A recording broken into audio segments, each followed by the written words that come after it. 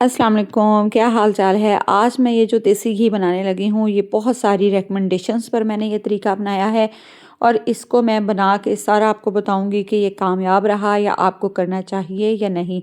आपको पता है कि मैं हमेशा अगर मुझे देसी घी चाहिए हो तो मैं मलाई को ही आग पर रख देती हूँ, और अगर कभी मुझे मक्खन चाहिए हो तो मैं फिर पहले मक्खन बनाती हूँ और फिर उसको आग पर रख के देसी घी बना लेती हूँ, जो कि हर औरत जानती है कि किस तरह से देसी घी बनता है। लेकिन ये वाला तरीका फिर बहुत सारी मेरी बहनों ने फरमाइश की कि आप इस तरीके से बनाएंगी तो आपका टाइम भी बचेगा। इस तरह मलाई को आग पे रखने से बहुत आग जलती है, गैस भी बहुत लग जाती है, टाइम भी बहुत निकल जाता है। आप इस तरीके से एक दफ़ा बनाएं।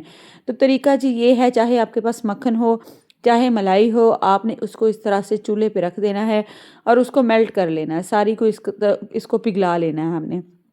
ठीक है। जब ये इस तरह की हालत को आ जाए, जैसे सारी मलाई जो है या मक्खन आपके पास जितना भी मौजूद है पिघल जाए, तो ऐसे कोई गिलास ले लेना है या स्टील का कोई डिब्बा ले लें।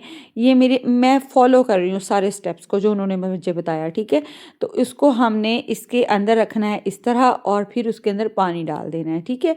ताकि ये जो ऊपर तैरे ना, और ये थोड़ा सा आपकी जो मक्खन या मलाई है उसकी लेयर से ऊपर होना चाहिए, जैसे ये ऊपर नज़र आ रहा है। ठीक है। और ये नीचे नीचे होने चाहिए, इसके बराबर बराबर आपने ग्लास नहीं लेना, थोड़ा सा ऊपर उठा हुआ हो। इस तरह से हम जी इसको 6-7 घंटे के लिए ओवरनाइट फ्रिज में रख देंगे। अभी यहाँ पे तो वाकई जस्ट मैंने इसको मेल्ट किया और रख दिया, और अब ये सुबह हो गई तो अब हम इसको उठाएंगे। उनके मुताबिक ये होता है, मेरी बहनों के मुताबिक कि ये जी घी जम जाता है और जो लस्सी और पानी होगा ना, जो भी वो नीचे बस इसके होगा, पड़ा हुआ होगा, तो वो बस निकाल लेना है और बाकी ये देसी घी जो है वो तकरीबन 2 से 3 मिनट में बन जाएगा। पहले हम इसका पानी रिमूव करते हैं, इस तरह से कोई बर्तन से निकाल लेना चाहिए।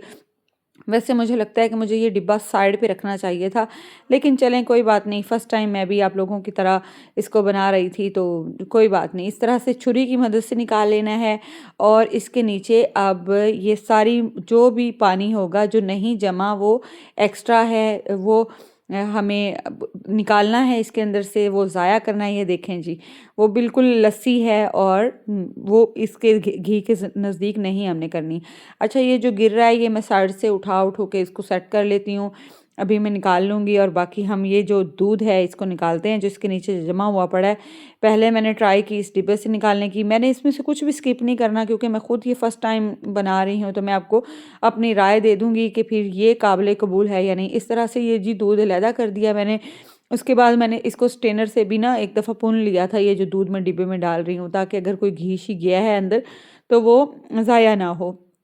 तो आपने ये अच्छे तरीके से निकाल लेना है। ये तकरीबन आधे से थोड़ा-सा ज़्यादा डिब्बा जो है दूध का निकला था। ये इस तरह से ये निकल आया है, और मेरे पास ये जो मक्खन है, मुझे लगता है अगर मलाई होती है तो ये ज़्यादा क्वांटिटी में पानी निकलता।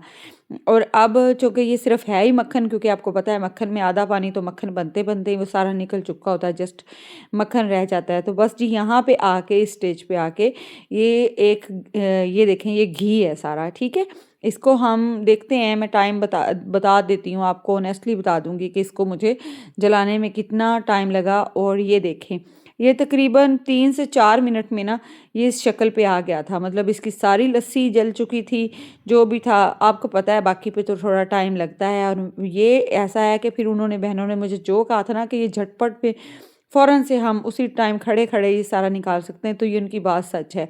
फिर सबसे अच्छी बात मुझे इस मेथड में ये लगी कि अगर हम मक्खन से भी बनाएँ या मलाई से भी बनाएँ ना, तो अगर इस तरह का सिल्वर का कोई पतीला हो तो वो नीचे से काफ़ी जल जाता है, क्योंकि उसके अंदर क्वांटिटी मक्खन या उसकी ज़्यादा होती है, मलाई के जो हम ज़ाया करते हैं जो भी लेयर लगती है तो ज़्यादा जलता है, फिर हमें हल्की आग पे पकाना पड़ता है। और इससे आपको अंदाज़ा हो गया होगा इसकी शक्ल देख के कि ये ना तो इतना जला है और ना इतना नीचे से लगा है, बिल्कुल ये साफ़ शफाफ नज़र आ रहा है आपको। और ये मैंने 2 डिब्बे अपने भर लिए।